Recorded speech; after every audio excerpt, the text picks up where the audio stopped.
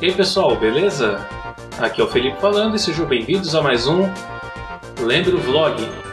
Fazia um tempinho que a gente não voltava aqui com este quadro e dessa vez eu resolvi testar aqui algumas coisas novas, né? Vamos mudar um pouquinho o formato do quadro, de repente deixar ele um pouquinho mais interativo para vocês e tentar trazer o máximo de informação possível, como sempre é de praxe aqui nesse quadro. E se você quiser deixar uma sugestão aí a respeito do tema, pode deixar aí nos comentários. A gente vai pegar sugestões aí, como essa de hoje, por exemplo, né? Que é uma sugestão aí do nosso amigo Jefferson Nakayama. Nós vamos falar hoje sobre remakes, mas não apenas remakes. Remakes, remasters e reboots. Jefferson até te deu um esclarecimento porque sua sugestão era apenas sobre remakes, tá? Eu acredito que remasters e reboots são coisas que são muito próximas no significado, né? E no propósito também. Então eu acredito que adicionar esses temas junto com o tema de remakes vai dar uma discussão bem mais bacana e bem mais dinâmica aqui pra gente. Vamos começar então definindo o que são cada uma dessas palavras, né? O que é um remake, o que é um remaster e o que é um reboot. Eu andei fazendo umas pesquisas na internet para trazer uma definição mais precisa para vocês. E a definição que eu achei mais interessante, que bateu mais com o meu pensamento também, é a definição do site Combo Infinito. Peguei ali o texto deles, né, e montei mais ou menos com as minhas palavras pra gente poder ganhar um pouquinho de tempo aqui também no vlog, tá?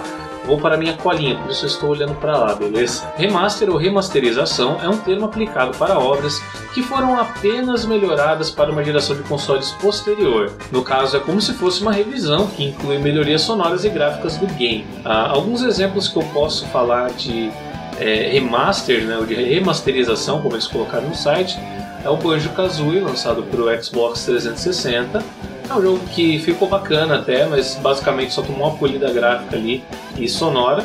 O GTA San Andreas, que tem também uma coisa que eu já tirei sarro aqui também no canal, que é a questão dos dedos do CJ, né? O pessoal fez a maior propaganda de que teria dedos e basicamente desenharam lá uns risquinhos ali no meio para dizer que tinha dedo. E também o Assassin's Creed Black Flag, que foi lançado para o PlayStation 3 e logo em seguida lançado para o PlayStation 4 também. Então ele só tomou ali uma polida gráfica ali e tchau. Queremos ganhar dinheiro. No caso do remake, basta a gente traduzir a palavra e chegamos bem próximo do que realmente isso quer dizer em nossa língua, né? É questão de refazer. Então, um remake é basicamente um jogo que é refeito. Geralmente é mexido um pouco na mecânica e também algumas outras particularidades no jogo, também adicionadas coisas novas no jogo. A gente pode usar como exemplo Resident Evil 2, o Crash Bandicoot, que teve ali sua remasterização, né, porque foram adicionadas coisas novas no game, e também Spyro. Agora chegamos a um ponto interessante, né? Vamos falar do reboot. O reboot, a gente pode dizer que ele é semelhante ao remake, porque ele vai alterar também o jogo, assim como o remake fez, só que ele vai um pouco mais fundo, podendo alterar também a questão da história do jogo. E é onde os fãs começam aí também a ter infartos. A ideia do reboot é modificar o que foi proposto inicialmente. E isso acontece por vários motivos, né? O próprio desgaste de uma franquia pode ser um bom motivo para um reboot. Alguns exemplos de reboot que a gente pode citar é o Devil May Cry. O próprio Devil May Cry, quando sofreu um reboot, ele foi bastante criticado pela questão da aparência do personagem. Uma aparência mais jovial, tá claramente mexido para uma geração, né, à frente. Ele não tá com os conceitos antigos. Não significa que o jogo não esteja bom, né? Eu já deixo claro para quem gosta, né? Antes de virem encher o meu saco. Mas é basicamente a mudança da aparência do personagem incomodou algumas pessoas. Eles até fizeram uma brincadeira com isso durante o jogo. Eu vou ver se eu consigo colocar aqui na tela para vocês verem. Se eu não conseguir, não estará aqui. Mas basicamente eles mexeram lá no jogo e alguns fãs gostaram, outros não. Um outro exemplo que a gente pode citar é o Mortal Kombat 9. Apesar de ele ser uma continuação da franquia, eu considero ele um reboot pelo seguinte: Mortal Kombat, desde o Mortal Kombat 4, só fez cagada no enredo. Mexeu nas mecânicas, mexeu em personagem, mexeu em história, mataram o Liu Kang, ele virou um zumbi maluco lá. Enfim, foi uma sequência de cagadas monumental. E chegou uma hora os caras pensaram, se reuniram e pensaram: bom, nós precisamos ganhar dinheiro, só que a gente não tem como mexer mais nessa história. E se a gente rebutasse e fizesse a primeira história, uma qualidade melhor? E isso foi a receita de ouro de Mortal Kombat 9. Foi excelente essa decisão. Pena que no 10, né, cagaram de novo. Mas enfim, um outro caso semelhante ao de Mortal Kombat 9, a gente pode dizer que foi o God of War novo, que saiu no ano passado. O God of War novo foi uma continuação, sim, é claro, né? Apesar de não ter sequência numérica, assim como o Mortal 9, mas ele trouxe um conceito totalmente novo do que era Kratos e a história que ele passou. Eles não descartaram o que ele passou anteriormente. Isso é um ponto bom, mas eles praticamente refizeram do zero o personagem.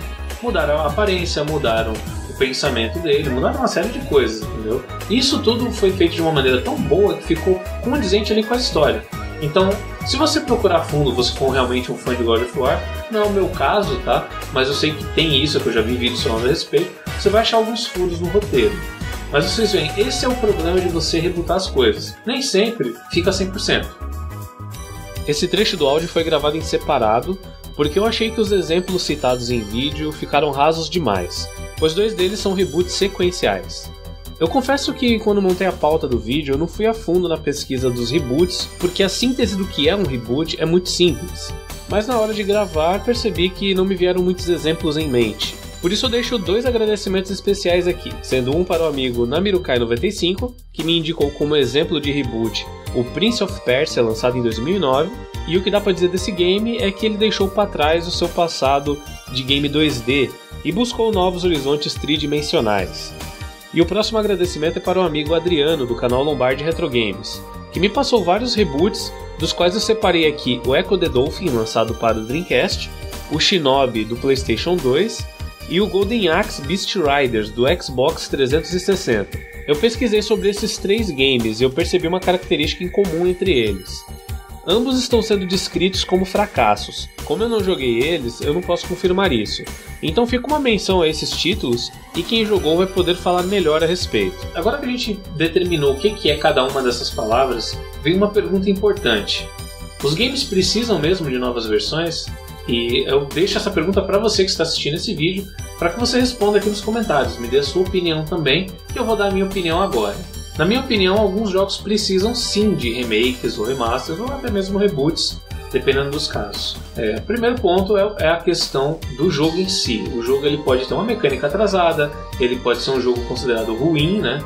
Como é um caso do Shaq Fu novo, foi feito um Shaq Fu que é beating up, que não tem nada a ver, eu acredito né? Não joguei ainda, tá? Mas pelo que eu andei vendo, não tem nada a ver com o antigo.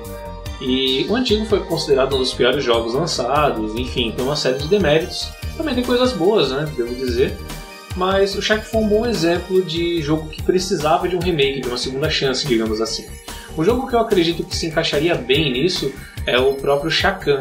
O Shakan ele é um jogo divertido, se você tiver paciência para poder jogar e aprender como é que se joga esse jogo. Uma vez que você não domine Shakan, você pode achar a mecânica zoada, pode achar o jogo difícil demais, enfim. E é um jogo que caberia sim ganhar uma versão nova, tá? Só que nesse ponto do Shakan, talvez ele não precisasse de um remake, mas sim de uma continuação.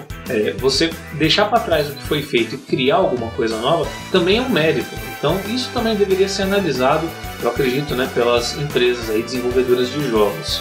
Um outro ponto, uma outra pergunta que eu faço a vocês é como é que a indústria de games vê isso e como é que ela é afetada por esse tipo de versão. E é basicamente o seguinte, né? A indústria ela vai querer ganhar dinheiro. E aí é um ponto que remete à pergunta anterior, que é o seguinte: vamos mudar o jogo com um público mais recente? Vamos tentar lançar esse jogo com um público diferente? Um exemplo que não tem nada a ver com games, mas que vale a pena ser citado aqui, é um anime dos Cavaleiros do Zodíaco. Está sendo lançado em off um anime em formato meio parecido com Sailor Moon, né? Que até eu estou acompanhando ali. Então tem pontos positivos e pontos negativos. O ponto positivo é que os caras estão visando um público novo. E isso acontece com os games também. Só que o ponto negativo é você desconsiderar o fã antigo. Quem acabou se ferrando bastante com isso foi a SEGA. A SEGA criou o Sonic moderno, que eu chamo de Sonic Impostor, que não tem nada a ver com o original, para poder atingir um público novo. Insistiu nessa ideia, conseguiu uma certa parcela de mercado. Um ponto que é crucial nisso é o seguinte: a SEGA, com o passar do tempo, ela viu que os fãs queriam mais do que ficou para trás, no caso dos Sonics de Mega Drive e Sega CD, né? E atendendo aos pedidos dos fãs, a SEGA fez, né, o tão aclamado Sonic Mania. E isso é um ponto que as empresas muitas vezes não consideram. Esse é um diferencial que a SEGA teve. É claro, não ficou apenas nas coletâneas, né?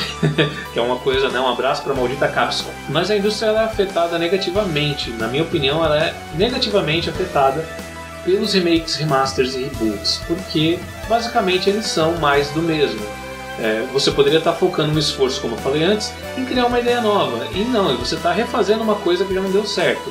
Eu vou dar um exemplo para vocês agora de um jogo que está até hoje tentando emplacar e continua sendo aquela mesma coisa de sempre, que é o Bubsy. Esse infeliz desse personagem que desde o primeiro jogo, né? Eu gosto do Bubsy 2, tá? Vocês podem me achar estranho por isso, podem, né, me criticar por isso, mas eu gosto do Bubsy 2. Bubsy 1 é completamente injogável. Agora as outras versões, Bubsy 3D, enfim, isso que lançaram posteriormente, eu não tenho nem vontade de pegar pra jogar. Eu até vi vídeos, tá? Pra não ser um cara corneta, pra não ser um cornetista, eu tenho que dizer pra vocês, eu vi vídeos desses jogos e nenhum deles me chamou a atenção. Só que é o que eu sempre digo pra vocês, eu não quero desestimular ninguém a jogar. Eu quero que vocês joguem também.